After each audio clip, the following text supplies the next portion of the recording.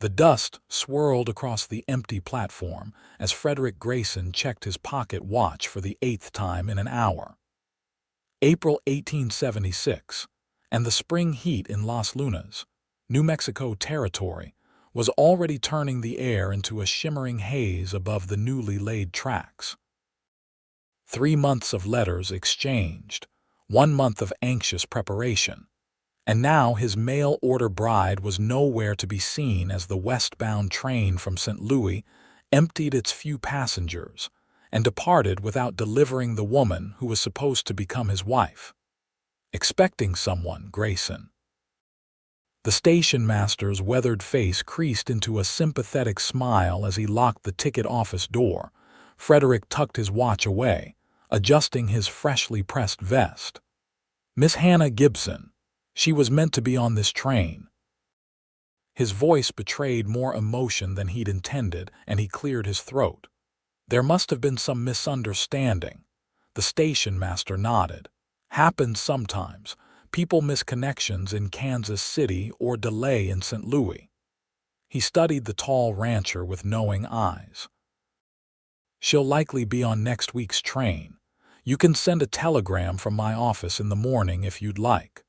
Frederick nodded, his disappointment visible despite his best efforts to conceal it. At 32, he'd finally scraped together enough to make something of himself a modest but growing cattle operation just outside Las Lunas, a sturdy 2-bedroom house, and 15 acres that could sustain a family. What he didn't have was a wife, and the territory wasn't exactly teeming with eligible women.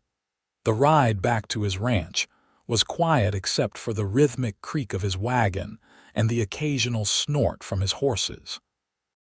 He'd spent weeks preparing the house new curtains in the front room, a proper bed frame instead of his bachelor cot, even a small bookshelf he'd built himself after Hannah mentioned her love of reading in one of her letters. 23 years old, educated as a schoolteacher in Pennsylvania, forced by circumstance to seek a new life out west after losing both parents to influenza, he knew her story, but had yet to see her face. The next morning found Frederick in town sending a telegram. By afternoon, he had his answer. Regretfully missed train stop, family illness, delayed departure, stop will arrive next scheduled train without fail, stop, deepest apologies, stop, Hannah Gibson. Well, that settles it, Frederick muttered to himself, feeling a mixture of relief and renewed anticipation. 1 more week. He could wait 1 more week.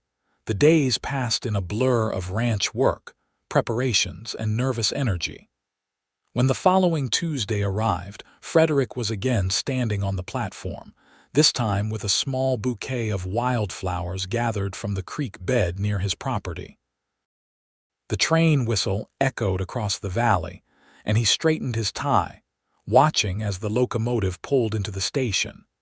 Passengers began to disembark: a businessman, a family with 2 small children, a soldier in uniform but no young woman traveling alone. Frederick's heart sank as the last passenger stepped onto the platform. No Hannah Gibson, Mr. Grayson, the conductor approached, holding a telegram. This came through for you at the last stop. The operator asked me to deliver it personally. Frederick's fingers trembled slightly as he unfolded the paper. Train derailed outside Kansas City. Stop, no serious injuries. Stop, delayed again. Stop, will arrive next scheduled train. Stop, embarrassed and truly sorry. Stop, Hannah. The wildflowers hung limply in his hand as he read the message twice more. The station master approached, curiosity evident in his expression. Derailed, Frederick explained, folding the telegram carefully. She's safe but delayed another week. That's rough luck, the station master replied. Though I heard about that derailment, could have been worse. Frederick nodded, surprising himself with the intensity of his disappointment. He barely knew this woman, yet her continued absence felt like a physical ache. I suppose I'll be back next week. Word of Frederick's twice-delayed bride spread through Las Lunas quickly. By that evening, he couldn't enter the general store without hearing whispers or receiving knowing looks. The bachelor waiting faithfully for a woman who kept missing her train made for prime gossip in a small frontier town. "Maybe she's having second thoughts," suggested Liam Porter, the blacksmith, as they shared a drink at the town's only saloon that evening. "Mail order arrangements can be complicated." Frederick shook his head. "Her letters are genuine. She's coming." "Your faith is admirable," Liam replied, clearly unconvinced. "Just don't let it make you a fool." The following week stretched endlessly. Frederick threw himself into ranch work, repainting the house exterior, reinforcing fences, anything to keep his mind occupied. Each night, he reread Hannah's letters by lamplight, studying her neat handwriting and thoughtful words. Her description of herself was modest, average height, brown hair, blue eyes, but her thoughts on books, teaching, and her hopes for a new life revealed a depth that intrigued him.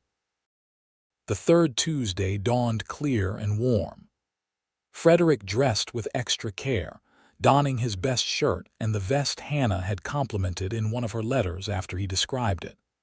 This time, he purchased a proper bouquet from Mrs. Ramirez, who grew flowers behind her husband's barber shop. The station platform was unusually crowded. Frederick realized with a mixture of amusement and irritation that half the town had found excuses to be present when the train arrived. Even Mayor Hollister stood nearby, ostensibly discussing business with the general store owner but clearly watching Frederick from the corner of his eye. The train whistle sounded in the distance, and Frederick's pulse quickened. This time, he told himself, she'll be here this time.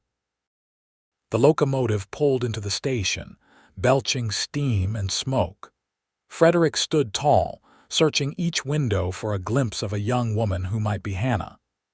As passengers began descending, he moved closer, scanning each face. A young woman appeared in the doorway of the passenger car, hesitating at the top of the steps. She wore a modest blue traveling dress and clutched a small valise. Her chestnut hair was arranged neatly beneath a simple hat, and she surveyed the platform with obvious apprehension. When her eyes met Frederick's, something passed between them: recognition, relief, connection. Frederick moved forward as she descended, his heart hammering against his ribs. "Miss Gibson?" he asked, though he was already certain. Her smile transformed her face from pretty to beautiful. "Mr. Grayson, I was beginning to fear you might have given up on me." "Never," he replied, offering the bouquet with a slight bow. "Welcome to Las Lunas." Hannah accepted the flowers, her cheeks flushing. "I can't begin to apologize enough for the delays. First my cousin's illness, then the derailment. I was beginning to think fate was conspiring against us." "What matters is that you're here now," Frederick said, taking her valise. He became acutely aware of the audience they had, watching this first meeting with undisguised interest. "I have a wagon waiting, unless you'd like to rest at the hotel first." "I've had quite enough of waiting and resting," she replied with unexpected firmness. "I'd like to see the home you wrote about, if that's agreeable." As they walked toward his wagon, Frederick offered his arm, which she took with a graceful gesture that seemed to come naturally. He noted that she walked with confidence despite the long journey, and her gaze took in the dusty frontier town with curiosity rather than dismay. "It's smaller than I imagined," she admitted as he helped her into the wagon, "but it has a certain charm." "Las Lunas is growing," Frederick explained as he climbed up beside her. "The railroad changed everything. 5 years ago, this was barely a settlement." They rode in silence for a few minutes, both acutely aware of the strangeness of their situation, practically strangers yet bound by correspondence and agreement to consider marriage. Hannah was the first to break the silence. "I brought the books I mentioned," she said, "including the Dickens you hadn't read." "I built a shelf for them," Frederick replied, then felt foolish for the admission. I mean, I thought you might want somewhere proper to keep them. Her smile returned, more relaxed this time. That was thoughtful. Your letters always struck me as thoughtful. Yours were. He searched for the right word. Honest. Many women would paint a prettier picture of themselves or their circumstances. What good would that do either of us? Hannah's directness was refreshing. I needed a new beginning, not a fantasy. And you seemed a man who values truth. As they approached Frederick's ranch, he found himself seeing it through her eyes, the modest house with its fresh paint, the barn and corral where a dozen cattle grazed, the vegetable garden he'd expanded in anticipation of her arrival, the oak tree providing shade for the wooden bench he'd placed beneath it. It's lovely, Hannah said, and her voice carried such sincerity that Frederick's chest tightened with pride. It's not much compared to Pennsylvania, I imagine. It's a home, she replied simply. Or it could be. Frederick helped her down from the wagon, suddenly nervous. Would you like to see inside? I understand if you'd prefer to discuss arrangements first or have more time to, Mr. Grayson, Hannah interrupted gently. I've traveled over 1,000 miles to be here. I think I'd like to see the house I might call home. He nodded, leading her to the front door. I should mention that our agreement still stands as written. We'll have a proper courtship period before any formal commitment. 3 months, as we discussed. You'll have the bedroom. I've prepared the barn loft for myself. If at any point you decide this isn't what you want, I'll pay for your return passage east, no questions asked. Hannah's expression softened. Your letters suggested you were honorable. I'm glad to see that's true. The house was simple but well maintained, with the main room serving as both kitchen and living area. 2 bedrooms off to one side, and a small washroom Frederick had added the previous year. Hannah moved through the space with interest, trailing her fingers over the kitchen table, examining the bookshelves, peering out windows at the view of distant mountains. The second bedroom could be for guests, Frederick explained awkwardly. Or whatever purpose might be needed in the future. Hannah turned to him, a slight smile playing at her lips.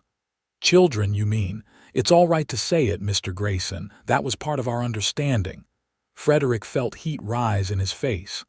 Yes, well, that would be much further down the road, of course. Of course. Hannah set her valise down and removed her hat, placing it on the table. Without it, her face seemed younger, more vulnerable. May I ask something directly, Mr. Grayson? Frederick, please, and yes, anything.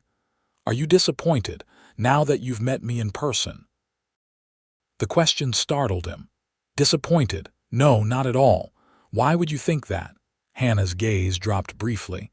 Your letters were always so articulate and kind. I worried perhaps I oversold myself.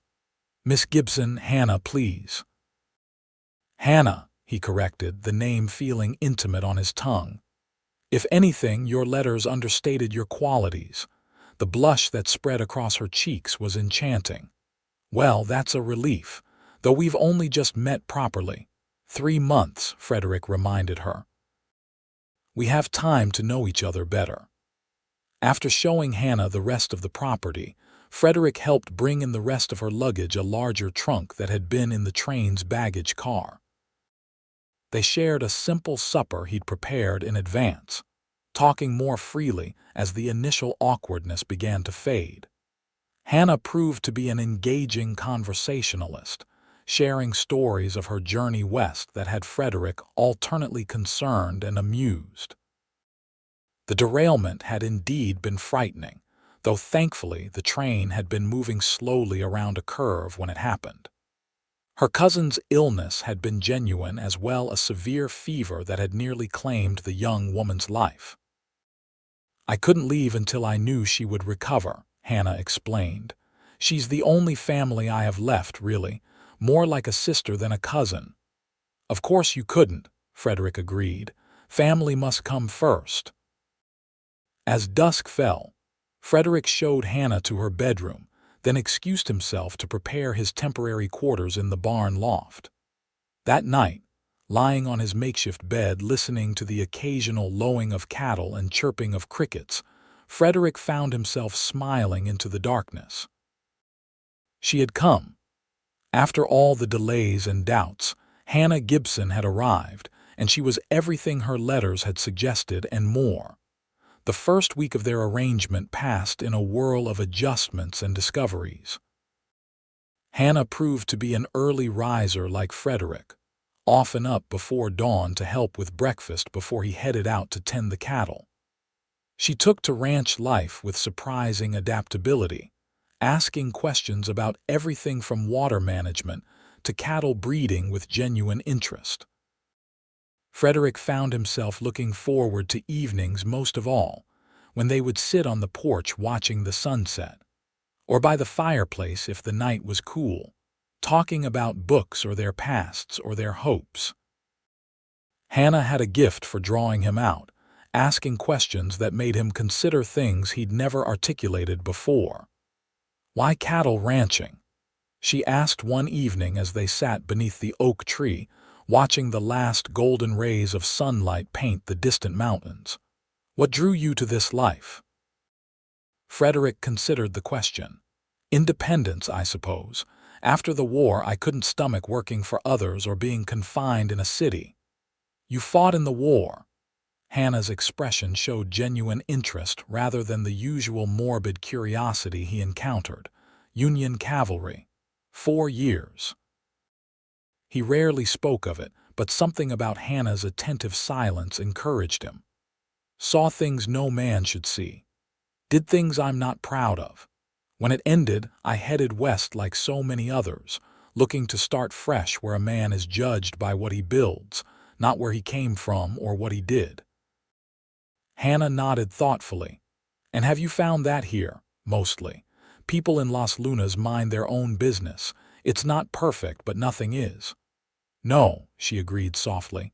Nothing is perfect. The conversation shifted to lighter topics, but Frederick sensed a new understanding between them. Hannah had her own ghosts, he suspected, beyond the loss of her parents that she'd mentioned in her letters. In time, perhaps she would share them. By the end of the second week, they had established comfortable routines. Hannah took over the cooking, proving to be far more skilled than Frederick in the kitchen.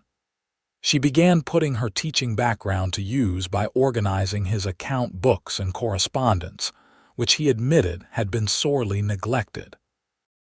You're overpaying for feed, she noted one afternoon, poring over his records at the kitchen table. The miller in Albuquerque charges less, according to these receipts from when you tried them last year. Frederick looked up from cleaning his saddle nearby. Hauling it from Albuquerque is difficult without help. The time and effort offset the savings. Hannah tapped her pencil thoughtfully against her lips, a habit Frederick found inexplicably charming. What if we ordered in larger quantities, less frequently, perhaps quarterly instead of monthly? The word slipped out before he could stop it. Hannah's cheeks colored slightly. I only meant, hypothetically speaking, if I were to stay. Of course, Frederick replied quickly, though his heart had quickened at her slip. It's a good suggestion, actually, worth considering. That night, Frederick lay awake in the barn loft longer than usual, thinking about Hannah's use of we. It was presumptuous to read too much into a casual turn of phrase, but he couldn't help the surge of hope it gave him.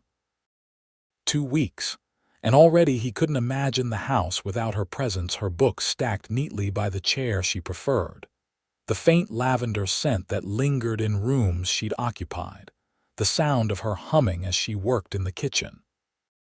The third week brought their first significant test as a potential couple. Frederick needed to drive a small herd to the railhead for shipping, a 3-day journey round trip. He worried about leaving Hannah alone but couldn't delay the shipment without financial consequences. I'll be perfectly fine, Hannah insisted as he prepared to depart with his 2 ranch hands. Mrs. Torres from town is coming tomorrow to help with the washing.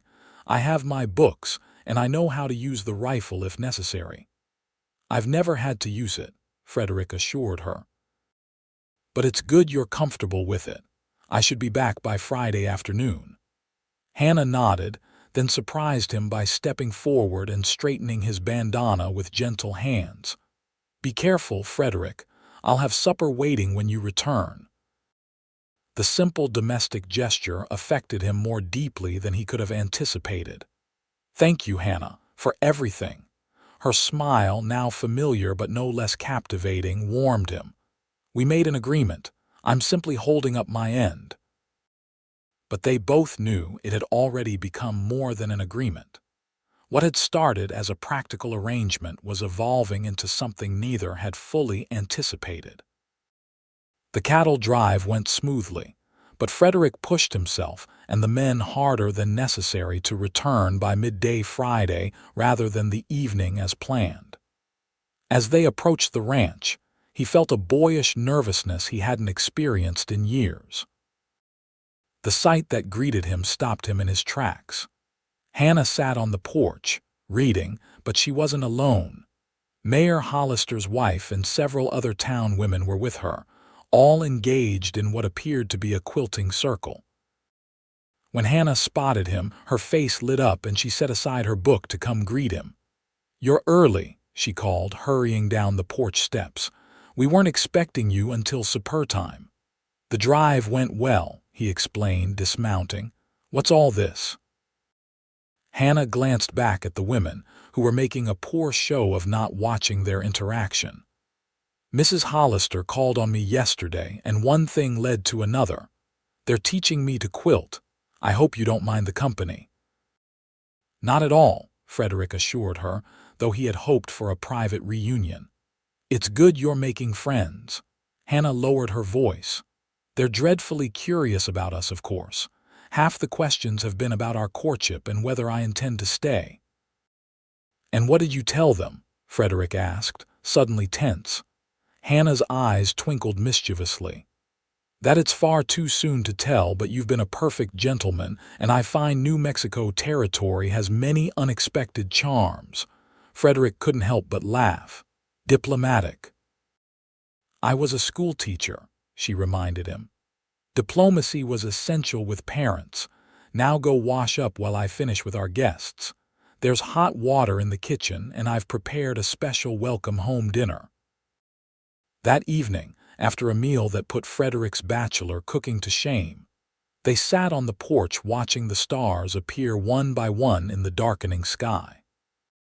Hannah had been full of questions about the cattle drive, and Frederick found himself sharing details he normally would have considered too mundane to mention. She listened with genuine interest, asking intelligent questions that showed she was learning about the business. "The ranch hands respect you," she observed during a lull in the conversation. "I can tell by how they speak of you." Frederick shrugged, uncomfortable with the praise. "Miguel and Tomas are good men, been with me almost from the beginning. Mrs. Hollister mentioned that you helped Miguel's family when they were in trouble. Something about medical bills." Frederick shifted in his chair. "His daughter was very ill last winter. The doctor in Albuquerque charges high fees. It was nothing, really." Hannah studied him in the fading light. "It wasn't nothing to them. Mrs. Torres said something similar, that you brought supplies when her husband was injured and couldn't work." "People help each other out here," Frederick said, growing increasingly uncomfortable. "It's how communities survive." "Yes, but not everyone does," Hannah persisted gently. "You have a reputation for fairness and generosity, Frederick. Did you know that?" He hadn't known, or at least hadn't thought about it. "I just do what seems right." Hannah smiled, a tender expression that made his chest tighten. "That's what makes it remarkable." A comfortable silence fell between them, broken only by the distant howl of a coyote and the soft creaking of Hannah's rocking chair. Frederick found himself studying her profile in the moonlight, the delicate curve of her nose, the wisps of hair that had escaped her bun after a long day. "I missed you," Hannah said suddenly, still looking at the stars, "while you were gone. It surprised me how quickly this place has come to feel like home." Frederick's heartbeat quickened. "I missed you too, thought about you every day." Hannah turned to him, her expression serious. "I want to be honest with you, Frederick. When I agreed to come here, I was desperate for a fresh start, for security. I thought at best we might develop a companionable partnership over time. I never expected." She trailed off. "What?" he prompted gently. "I never expected to feel this way so soon. To look forward to your return so eagerly, to miss your voice when you're not here." Her words came faster now, as if she'd been holding them back. "It frightens me a little." Frederick moved his chair closer to hers, close enough that he could take her hand if he dared. "What are you afraid of?" "That I'm rushing into feelings because I want security, or that you might feel obligated because of our arrangement." Hannah's vulnerability was evident in the slight tremor of her voice. "I don't want either of us to make a mistake we'll regret." "Hannah," Frederick said softly. "Look at me, please." She turned, her eyes reflecting the moonlight. "I waited at that train station 3 times because something in your letters spoke to me. Something true and honest that I'd never found before. These past weeks have only confirmed what I suspected, that you're an extraordinary woman, and I'm the luckiest man in the territory that you missed those first 2 trains." Hannah's laugh was half sob. "Most men would have given up after the first delay." "I'm not most men," Frederick said simply. "And you're worth waiting for." This time he did reach for her hand, and she met him halfway, their fingers intertwining naturally. They sat that way for a long while, watching the stars and feeling the subtle shift in their relationship from arrangement to something deeper, something true. The following weeks brought them closer still. Hannah began accompanying Frederick on his rounds of the ranch, learning the operation from the ground up. She had a natural affinity with the horses, especially a gentle mare named Starlight that Frederick had been training as a saddle horse. "She likes you," Frederick observed one morning as Hannah fed the mare an apple from her palm. "She's usually wary of strangers." "We understand each other," Hannah replied, stroking the horse's neck. "She's cautious but willing to trust once you prove yourself trustworthy." Frederick smiled at the parallel Hannah didn't need to draw explicitly. "Would you like to learn to ride her, properly I mean, not just the occasional lead walk we've been doing?" Hannah's face lit up. "I'd love that, though I warn you, I've never been on a horse without someone leading it." "We'll go slowly," Frederick promised, "but every rancher's wife should know how to ride." The words hung between them, neither acknowledging the implication but both aware of it. Their courtship period was nearly halfway complete, and though they hadn't discussed it directly, both sensed they were moving steadily toward a permanent arrangement. The riding lessons became a highlight of their days. Frederick was a patient teacher, and Hannah proved to be a quick study, her initial nervousness giving way to growing confidence. By the end of the week, she was trotting comfortably around the corral, her posture natural, her hands steady on the reins. "You're a natural," Frederick called as she completed another circuit. "Ready to try a short trail ride tomorrow?" Hannah pulled Starlight to a gentle stop beside him. "Are you sure I'm ready?" "More than ready," he assured her. "We'll take it easy, follow the creek where the ground is level. It's beautiful this time of year, wildflowers everywhere." The next morning dawned clear and cool, perfect for riding. They set out after breakfast, Hannah on Starlight and Frederick on his gelding, Thunder. The trail followed a meandering creek that cut through Frederick's property, lined with cottonwoods and willows that provided welcome shade. As promised, wildflowers dotted the bank's purple asters, yellow sunflowers, and delicate white blossoms Hannah didn't recognize. "Desert primrose," Frederick identified when she asked. "They only bloom for a few weeks each year." They stopped to rest in a small clearing beside the water, spreading a blanket Frederick had packed in his saddlebag. The lunch Hannah had prepared was simple but delicious: cold chicken, fresh bread, early apples from the tree behind the house, and a jar of sweet tea. "This is perfect," Hannah sighed, leaning back on her elbows to watch the clouds drift overhead. "I never imagined New Mexico could be so beautiful." "It grows on you," Frederick agreed, stretched out beside her. "The winters are mild compared to back east, and spring comes early. Summer can be brutal, but the mountains always provide escape from the worst heat." Hannah turned on her side to face him, propping her head on one hand. "Tell me more about your family. You've mentioned your father was a carpenter, but little else." Frederick rarely spoke of his past, but with Hannah it felt natural to share. "Not much to tell. Father was a craftsman in Ohio. Mother died when I was young. No siblings. Father taught me his trade, but I was restless, wanted to see more of the world. When the war came, I enlisted right away, partly patriotism, partly adventure.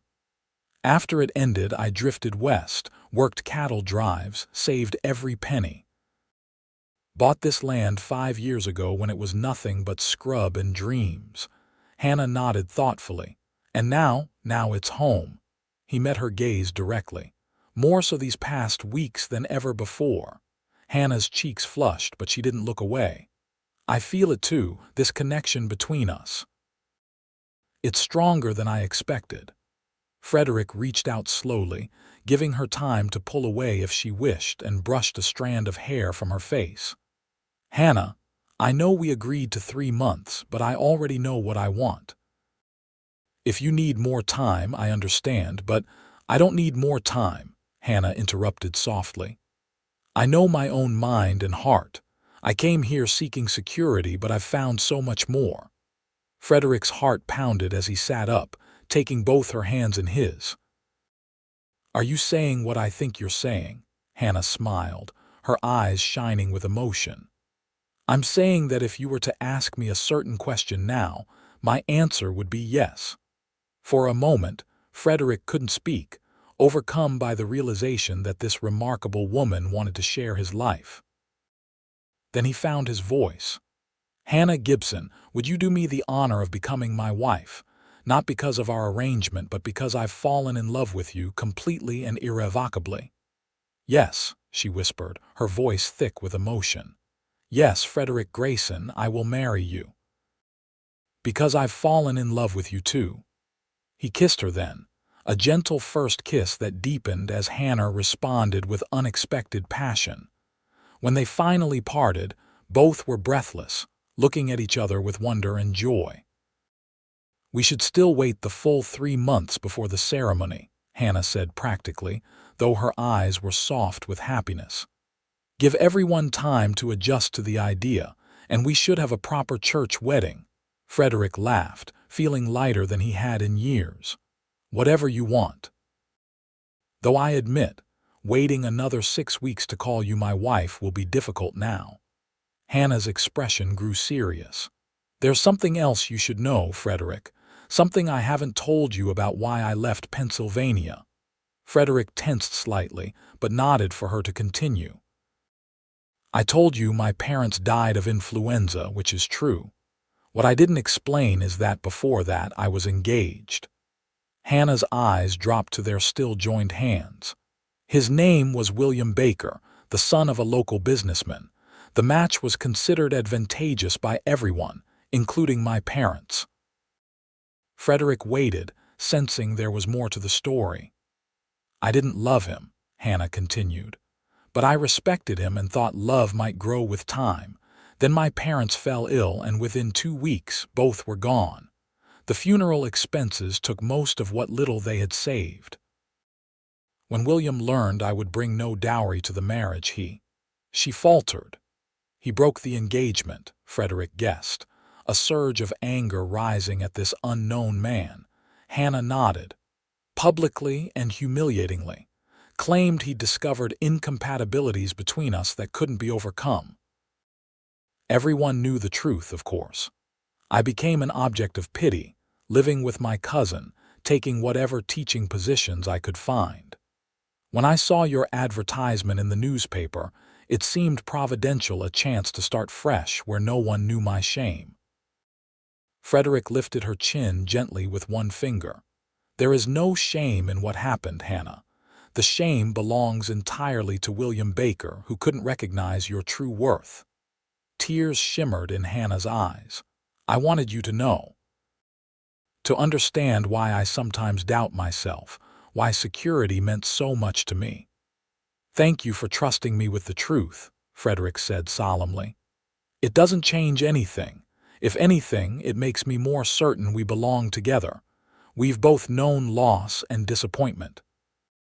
Perhaps that's why we recognize the value of what we've found. They returned to the ranch that afternoon with the unspoken agreement to keep their engagement private for a few more days.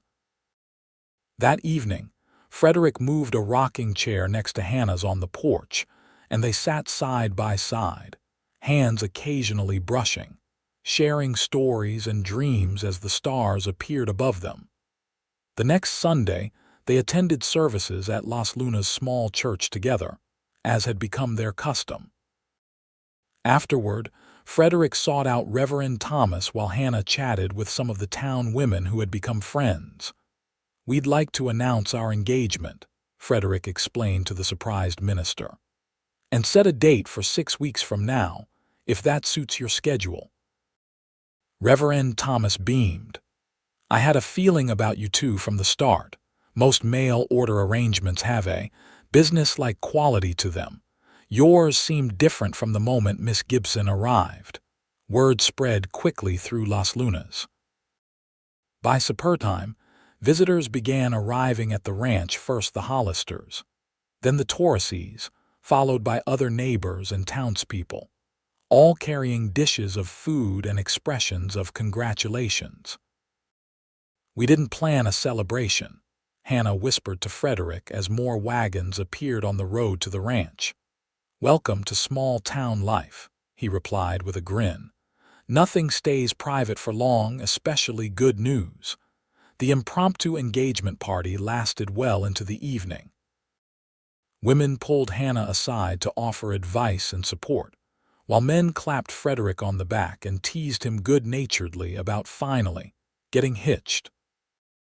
Through it all, Frederick watched Hannah, her easy laughter, her gracious acceptance of the community's embrace, the occasional glances she sent his way that spoke of their private understanding. As the last guests departed, Hannah stood beside Frederick on the porch, waving goodbye. Is it always like this? She asked, leaning comfortably against his side. Like what? So connected. Everyone knowing everyone's business, showing up unannounced, sharing everything. Frederick considered the question. Yes and no. People respect boundaries most of the time, but they also look out for each other. During hard times, drought, illness, trouble, that connection becomes a lifeline. During good times, it becomes celebration. Hannah nodded thoughtfully. I like it.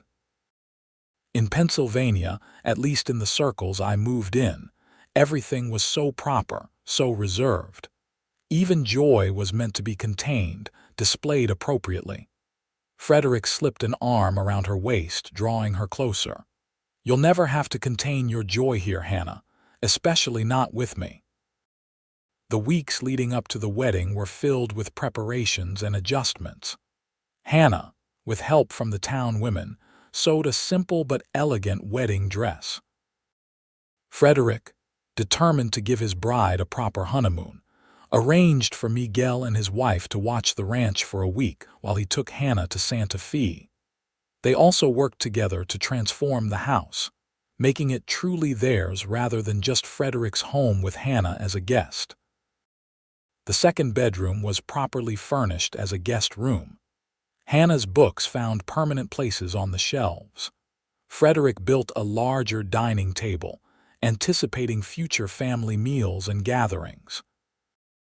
One evening, as they sat side by side on the porch swing Frederick had installed as a surprise, Hannah broached a subject they hadn't yet discussed directly. "I've been thinking about children," she began hesitantly. "I know we haven't talked much about it, but it's important to me that we're of the same mind." Frederick took her hand, lacing their fingers together. "I'd like a family," he said simply. "As many children as you wish to have." Hannah's expression softened. "I've always wanted children. Teaching showed me how much I enjoy helping young minds grow, but I worry about the isolation here, their education." "We could hire a tutor when they're older," Frederick suggested. "Or perhaps by then Las Lunas will have a proper school. The town is growing." "Or perhaps their mother could teach them," Hannah added with a smile. "At least until they're ready for more advanced studies." The idea of Hannah teaching their children, of little ones running around the ranch, filled Frederick with a warmth he hadn't expected. "I'd like that very much." Hannah rested her head on his shoulder. "So would I, though perhaps we should get through the wedding first." Frederick laughed, pressing a kiss to the top of her head. "One step at a time." The wedding day dawned clear and bright, a perfect May morning. By agreement, Frederick had spent the night in town at the small hotel, adhering to tradition despite their untraditional courtship. Hannah remained at the ranch, where Mrs. Hollister and several other women had arrived the previous evening to help with final preparations. The Las Lunas church had never looked more festive, decorated with wildflowers and ribbons by the women of the congregation. It seemed the entire town had turned out for the occasion, filling every pew and spilling onto benches brought in for the occasion. Frederick stood at the altar beside Reverend Thomas, Miguel serving as his best man, trying to control his nerves as he waited for his bride. When the church door opened and Hannah appeared on the arm of Mayor Hollister, standing in for her absent father, Frederick forgot to breathe. She was radiant in a cream-colored dress that highlighted her slender figure, her chestnut hair arranged in an elegant knot adorned with small white flowers. But it was her expression that struck Frederick most deeply, the mixture of love, certainty, and joy as their eyes met across the church. The ceremony itself passed in a blur. Frederick was dimly aware of speaking his vows, of Hannah's clear voice as she spoke hers, of the weight of the simple gold band as he slid it onto her finger. What he remembered with crystal clarity was the moment Reverend Thomas pronounced them husband and wife, and the sweet perfection of their first kiss as a married couple. The celebration that followed at the ranch was boisterous and joyful. Tables had been set up in the yard under the oak tree, laden with food prepared by what seemed like every woman in the county. Music filled the air as a local trio played fiddle, guitar, and accordion. Children darted between adults, playing impromptu games while couples danced on a wooden platform Frederick and Miguel had constructed for the occasion. "Mrs. Grayson," Frederick murmured as they moved together in their first dance. "How does it sound?" "Perfect," Hannah replied, her eyes shining. "Though I may need time to get used to it." "We have all the time in the world," he assured her, pulling her closer than was strictly proper, though no one seemed to mind. As evening fell, lanterns were lit around the yard, casting a golden glow over the continuing celebration. Hannah had changed from her wedding dress to a simpler blue gown that Frederick recognized from the day she'd first arrived on the train. When he mentioned it, she smiled mischievously. "I thought it appropriate, a reminder of our beginning as we start our life together." The guests finally departed near midnight with much cheering and good-natured teasing. When the last wagon rolled away, Frederick and Hannah stood alone on their porch, married at last. "Welcome home, Mrs. Grayson," Frederick said softly, lifting her into his arms to carry her across the threshold. Hannah laughed, wrapping her arms around his neck. I've been living here for months, you know. Not as my wife, he pointed out, setting her gently on her feet in the main room, which looked different somehow in the soft lamplight. More intimate, more significant. Hannah reached up to touch his face tenderly. I missed those first 2 trains, but I arrived exactly when I was meant to. When we were both ready to recognize what we could become together. Frederick pulled her close, marveling at how perfectly she fit against him. I would have waited 12 times, 100, however long it took for you to come. Their honeymoon in Santa Fe was everything Frederick had hoped. They stayed in the finest hotel, dined at the governor's banquet through connections of Mayor Hollister, and explored the ancient city's markets and historic buildings.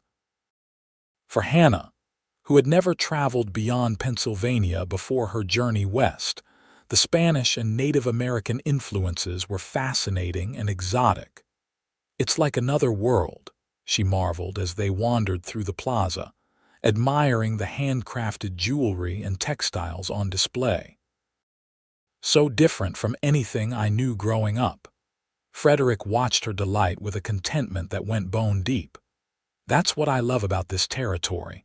It's a meeting place of cultures, all bringing something unique.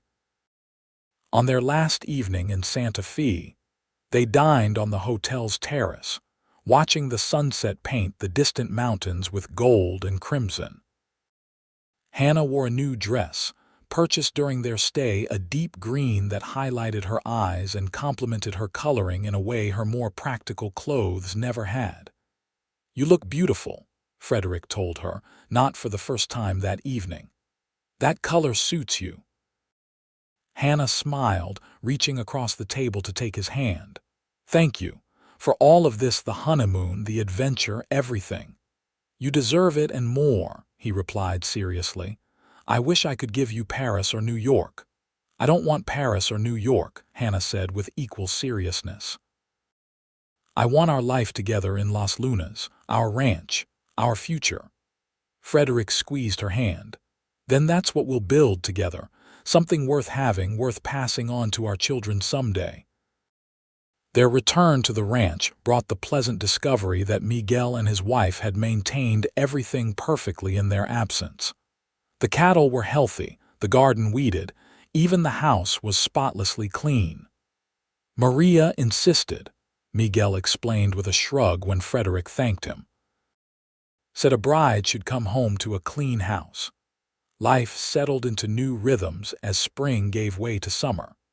Hannah proved to be not just a partner in the household, but increasingly in the ranch business as well.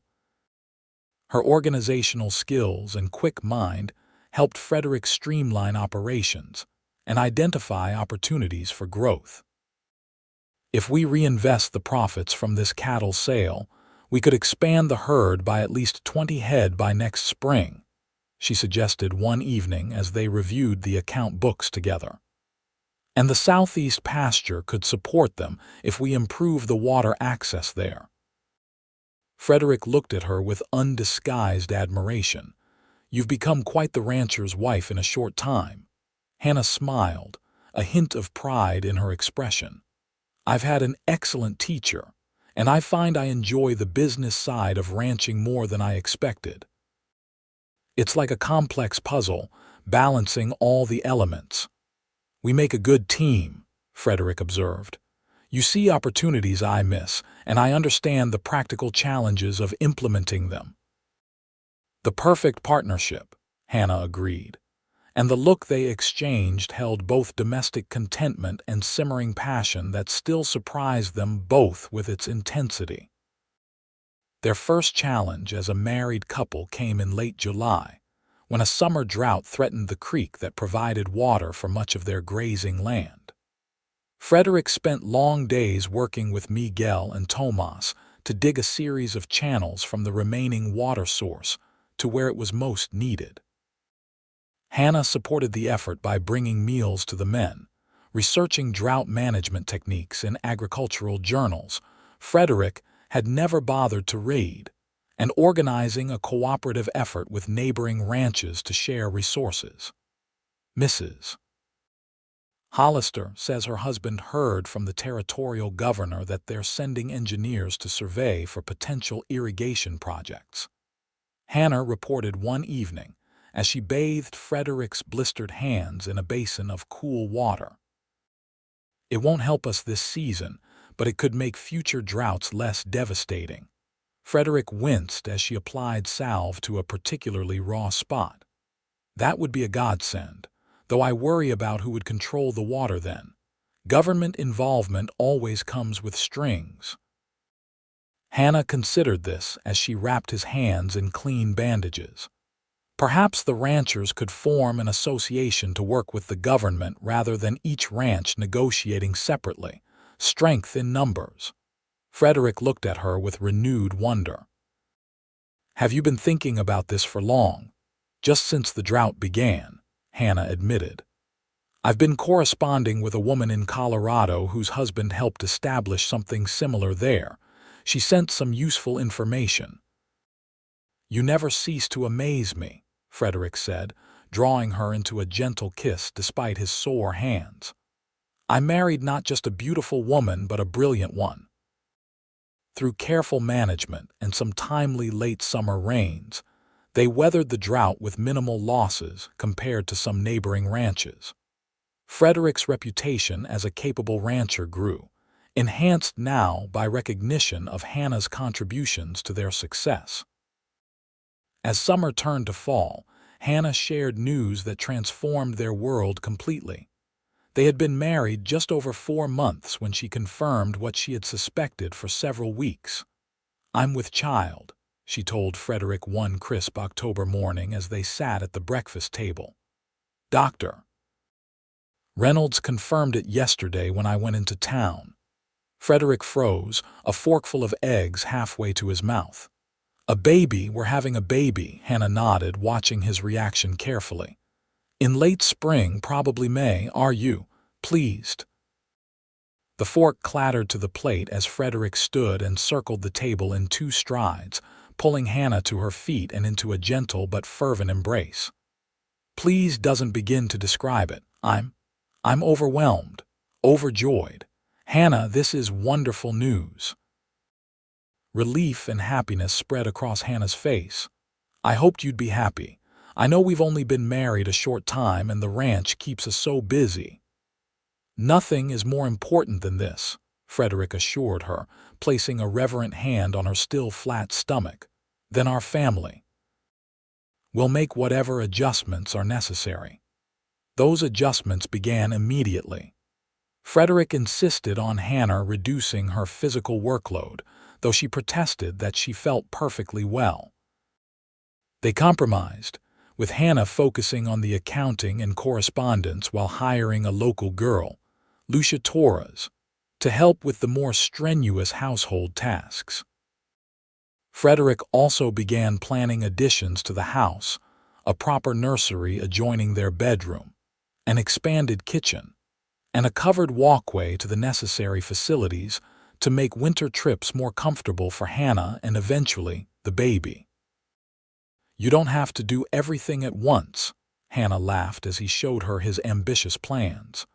"The baby won't need all this right away." "I want everything ready well in advance," Frederick insisted. "No half measures for our child."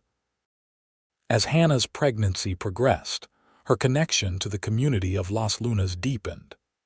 The town women embraced her completely now, sharing advice, hand-me-down baby items, and the special wisdom passed from mother to mother across generations. Winter came early that year, with a November snowfall that blanketed the ranch in pristine white. Hannah, now showing a distinct roundness beneath her loosened dresses, delighted in the transformed landscape. "It's like a Christmas card," she exclaimed one morning, gazing out at the snow-covered yard where Frederick was clearing a path to the barn. "Pennsylvania winters were much harsher, but this has its own beauty."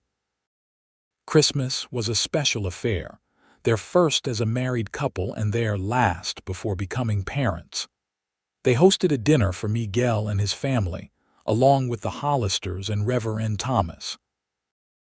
Hannah had decorated the house with pine boughs and red ribbons, and a small tree stood in the corner, adorned with ornaments she'd made by hand. The night after their guests departed, Frederick presented Hannah with a special gift he'd been working on in secret for months. It was a cradle, crafted from oak with intricate carvings along the sides, leaves and small animals that seemed almost alive in the wood. "Frederick," Hannah breathed, running her fingers over the smooth surfaces. "It's exquisite. How did you ever find the time?" "Late nights," he admitted. "After you were asleep. My father taught me woodworking, remember? I wanted our child to have something made by my hands, something that could be passed down." Hannah's eyes filled with tears. "It's the most beautiful gift I've ever received. Our baby is so fortunate to have you as a father." The winter months passed peacefully as they prepared for the baby's arrival. Hannah sewed constantly tiny gowns, blankets, soft cloths for various purposes. Frederick completed the nursery, painting the walls a cheerful yellow and building a rocking chair to match the cradle. They spent long evenings by the fire, reading aloud to each other and speculating about their child. Would it be a boy with Frederick's height and steady nature? A girl with Hannah's quick mind and gentle spirit? They agreed it didn't matter, so long as the baby was healthy. As Hannah's time grew nearer, Frederick arranged for a midwife from Albuquerque to stay with them for the final weeks. Mrs. Ortiz was a grandmotherly woman with decades of experience bringing new life into the world, and her calm presence reassured both expectant parents. On a warm May afternoon, almost exactly a year after their wedding, Hannah's labor began. Frederick paced the porch for hours, alternating between prayer and panic as Mrs. Ortiz and Lucia attended Hannah inside. Miguel kept him company, offering quiet support and the occasional distraction with ranch matters that couldn't wait despite the momentous event occurring in the house.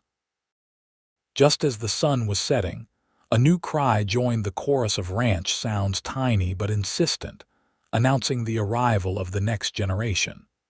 Frederick froze mid-pace, every sense focused on that miraculous sound. Mrs. Ortiz appeared at the door moments later, her lined face wreathed in smiles. "A son, Mr. Grayson. A strong, healthy boy. Come meet him and congratulate your wife, who did magnificently." Frederick entered the bedroom in a state of wonder.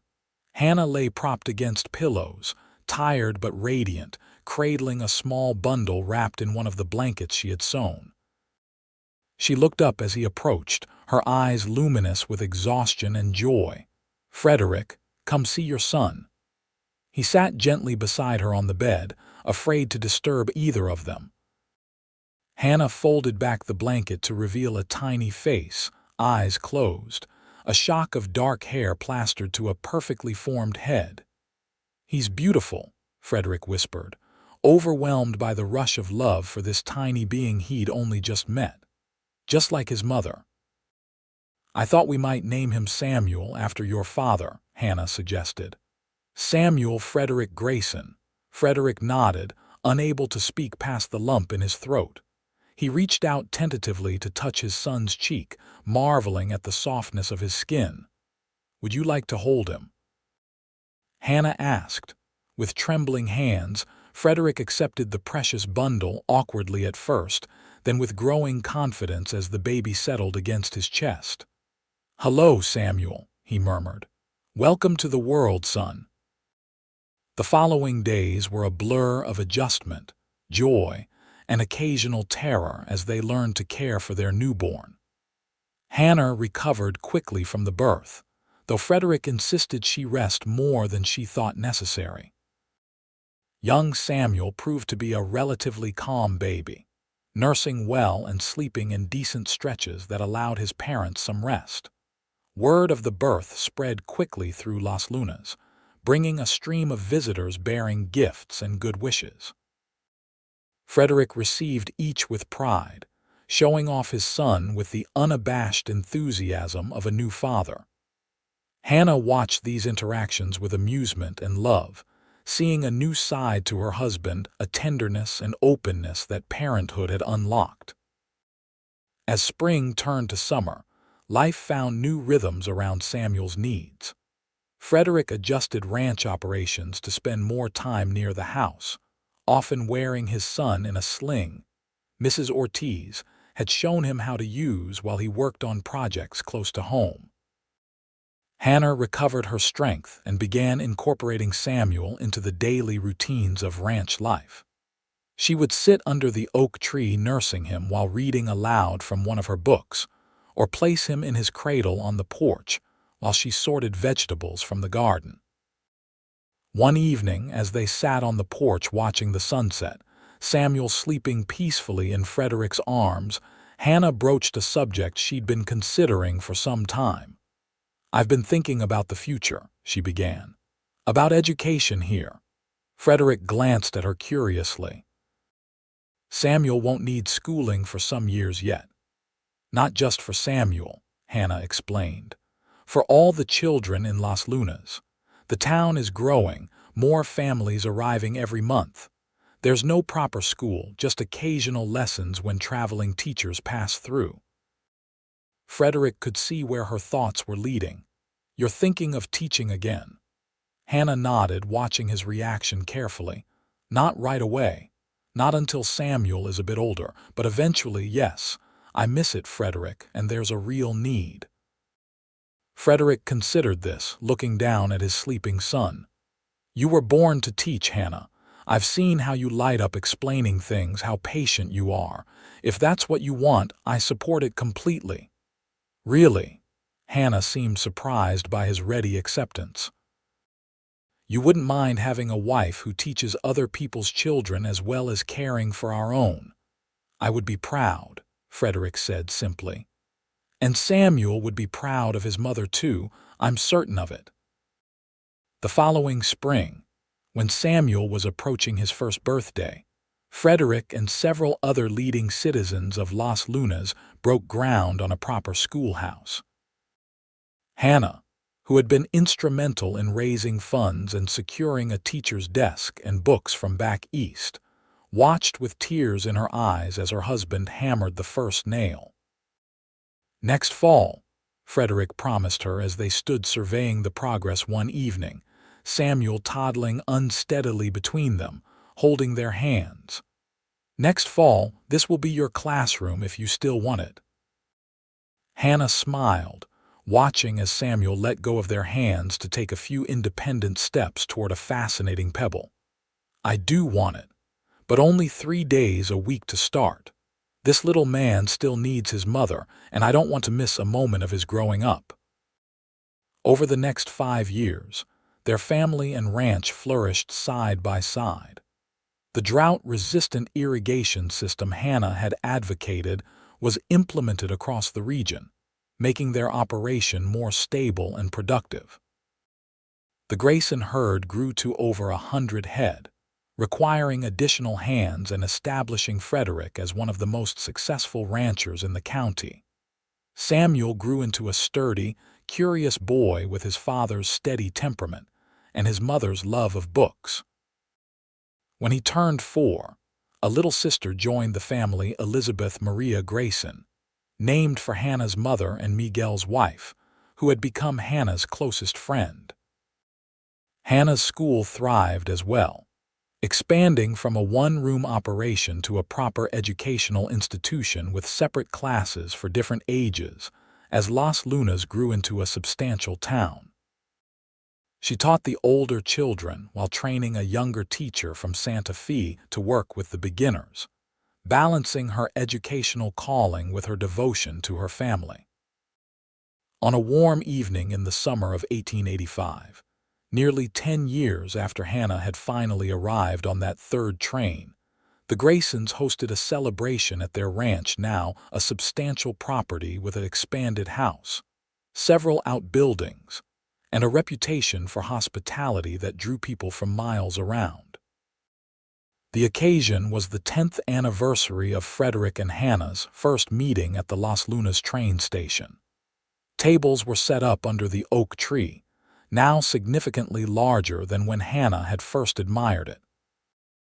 Lanterns hung from the branches, casting a golden glow over the assembled guests, nearly everyone who had been part of their story over the past decade. Frederick stood, tapping his glass for attention as the meal concluded and conversation flowed freely around the tables. The gathering quieted, turning expectant faces toward their host. 10 years ago today, Frederick began, his voice carrying clearly in the evening air, I stood on a platform waiting for a train that carried my future. I'd already waited twice before, as some of you might remember. This drew knowing chuckles from the older residents who recalled the story well. What I didn't know then was that those delays were the best thing that could have happened to me. Frederick looked down at Hannah, seated beside him with Elizabeth on her lap and Samuel standing proudly at her side. They gave Hannah time to be certain of her decision. They gave me time to prepare not just my house but my heart. And they taught me the most valuable lesson of my life, that some things are worth waiting for, no matter how long it takes. He raised his glass. To my wife, Hannah, who missed her train twice but arrived exactly when she was meant to. To our children, who would never have existed if everything had gone according to plan. And to all of you, who welcomed a mail-order bride and a lonely rancher into a community that became a true home. As glasses were raised and congratulations called out, Hannah slipped her hand into Frederick's, squeezing gently. The look that passed between them needed no words. A decade of shared struggles and joys, challenges overcome, and a love that had grown deeper with each passing year. Later that night, after the guests had departed and the children were asleep, Frederick and Hannah stood on their porch as they had so many evenings before, watching the stars appear one by one. Did you ever imagine, that day at the station, that we would build all this together? Hannah asked, leaning against her husband's solid frame. Frederick's arm tightened around her waist. Not in my wildest dreams. I hoped for a companion, maybe eventually affection. I never dared hope for this kind of happiness. Hannah turned in his embrace to face him, her expression serious in the moonlight. Do you know what I thought when I finally saw you waiting there after missing those 2 trains? I thought, there's a man who keeps his promises, a man worth taking a chance on. I'm glad you took that chance, Frederick said softly, brushing a strand of hair now with the occasional thread of silver from her face. I can't imagine any other life now. Neither can I, Hannah replied, rising on tiptoe to kiss him. And I wouldn't want to. I'm exactly where I'm meant to be. Above them, the stars of the New Mexico night sky continued their ancient patterns, witnesses to a love that had begun with missed connections, but found its perfect time and place in the end, a love worth waiting for, through 3 long train journeys and all the years that followed.